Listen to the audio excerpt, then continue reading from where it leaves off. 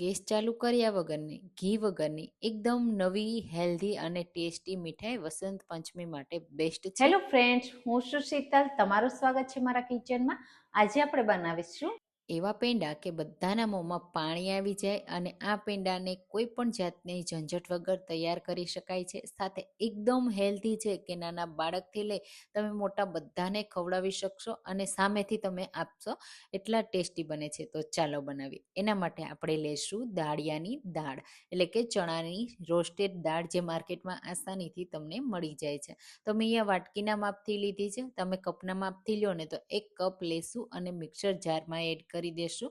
આપણે એનો એકદમ ફાઇન પાવડર કરવાનો છે. સાથે એકદમ હેલ્ધી બનાવવા માટે આપણે લેશું 10 નંગ કાજુ.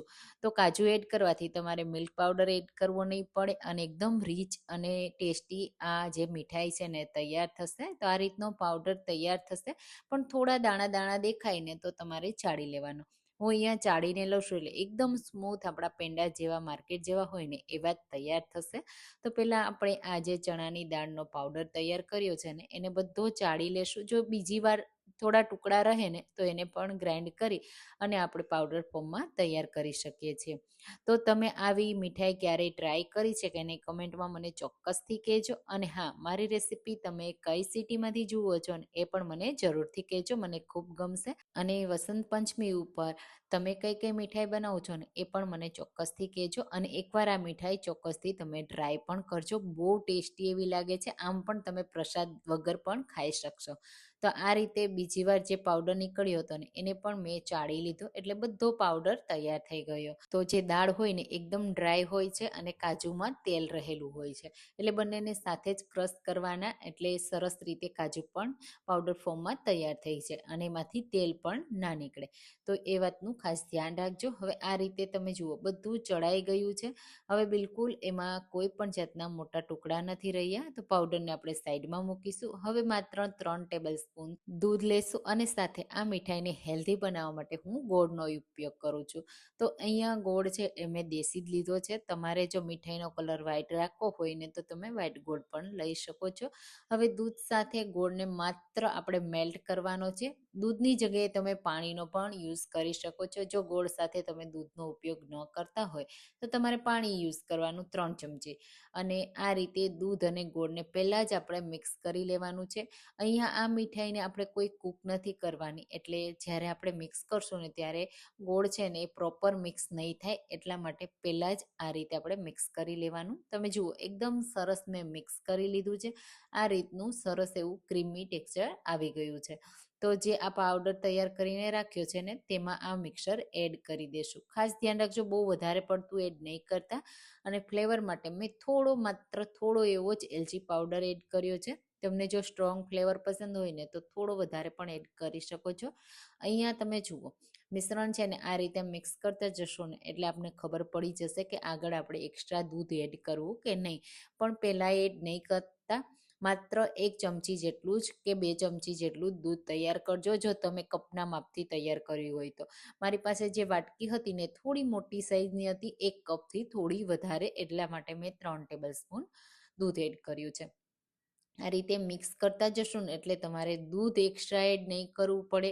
અને હા, જો આ પેંડા છે એને તમારે એકદમ રીચ ક્રીમી બનાવવા હોય તો તમે થોડો મિલ્ક પાવડર પણ મિક્સ કરી શકો છો. સાથે દૂધની જગ્યાએ તમે મલાઈ પણ લઈ શકો છો. પણ એકદમ હેલ્ધી છે અને આ મીઠાઈને તમે બહાર 3 થી 4 દિવસ પણ રાખી શકશો. ફ્રીજમાં રાખવાની જરૂર નથી. અને હા, જો તમારે લાંબો સમય સુધી રાખવી હોય ને તો તમે ફ્રીજમાં રાખીને 10 થી 15 દિવસ પણ સ્ટોર કરી શકો છો. આ મીઠાઈને તમે 1 વર્ષના બાળકને પણ ખવડાવશો ને તો પણ ખાશે. અને ખાસ કરીને એટલી હેલ્ધી છે, પ્રોટીન રીચ છે, તો જરૂરથી બનાવવા જેવી છે.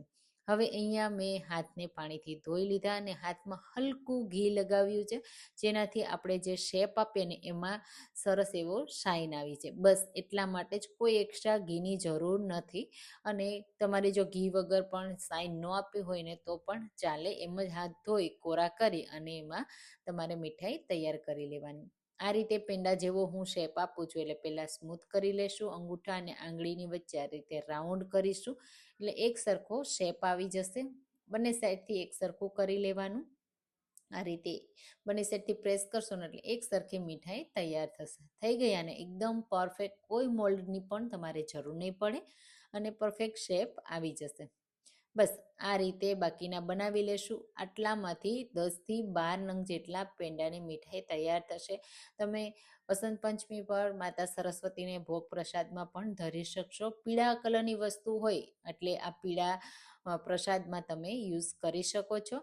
અને ખાસ કરીને આ મીઠાઈ એટલી ટેસ્ટી લાગે છે અને તમે પ્રસાદ વગર પણ બનાવીને ખાઈ શકો છો. ઘોડા જેવી તાકાત મળી જશે, કારણ કે ઘોડા છે ને એ ચણા બહુ જ ખાય અને ચણામાં બહુ જ તાકાત રહેલી હોય છે, તો જરૂરથી ખાવા જોઈએ. અહીંયા તમે જુઓ આ રીતે બધાને આપણે બનાવી અને તૈયાર કરી લેશું. એકદમ સ્મૂથ તૈયાર થશે અને એકદમ ટેસ્ટી પણ બનશે. આ મીઠાઈને મેં બહાર જ રાખી છે, ફ્રીઝમાં નથી રાખી, અને એકદમ ફ્રેશ ખાવાની છે. 2 થી 3 દિવસમાં તો પૂરી થઈ જશે, એટલે હું બહાર જ રાખીશ.